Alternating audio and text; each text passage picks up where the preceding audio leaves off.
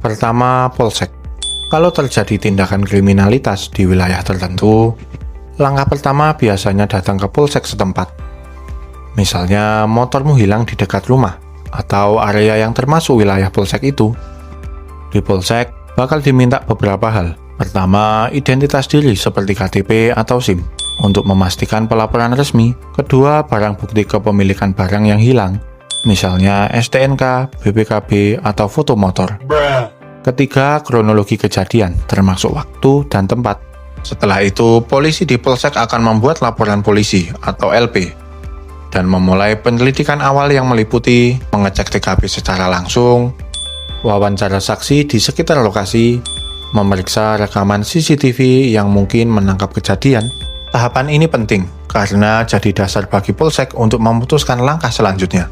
Apakah cukup di tingkat Polsek atau perlu diteruskan ke Polres? Kedua, Polres.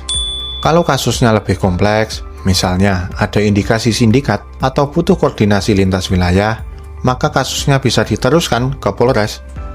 Di Polres, polisi memiliki kapasitas lebih besar untuk menangani kasus, bisa koordinasi dengan unit reskrim khusus untuk menangani kasus kriminal yang lebih rumit, mengecek database motor curian di wilayah lain untuk memastikan apakah motormu berpindah ke tempat lain, melakukan operasi atau patroli untuk mencari barang hilang, menyusun strategi penyelidikan yang lebih jelas, termasuk memanggil saksi tambahan atau memeriksa barang bukti lebih jelas. Tahapan ini penting karena di Polres kasus ditangani dengan sumber daya yang lebih lengkap, sehingga peluang menemukan barang atau pelaku lebih besar dibandingkan Polsek.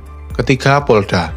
Kalau kasusnya lintas wilayah, misalnya motor lo dicuri dan dipindahkan ke kota lain, atau kasusnya terkait jaringan kriminalitas yang lebih besar, maka Polda yang akan menangani. Di Polda, penyelidikan dilakukan dengan tingkat serius lebih tinggi, antara lain memanfaatkan teknologi untuk pelacakan dan investigasi, deteksi jaringan kriminal termasuk koneksi antar pelaku di wilayah berbeda, koordinasi antar Polres sehingga informasi kasus tersebar dan terintegrasi di berbagai wilayah. Keempat, Mabes Polri.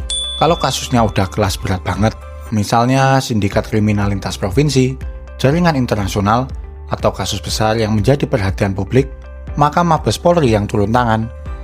Di sini ada Bareskrim Polri, Badan Reserse Kriminal, yang punya unit lengkap dengan teknologi canggih, mulai dari forensik digital, analisa keuangan, biasanya buat kasus ekonomi, korupsi, pencucian uang, atau transaksi mencurigakan, sampai kerjasama dengan Interpol kalau kasusnya lintas negara.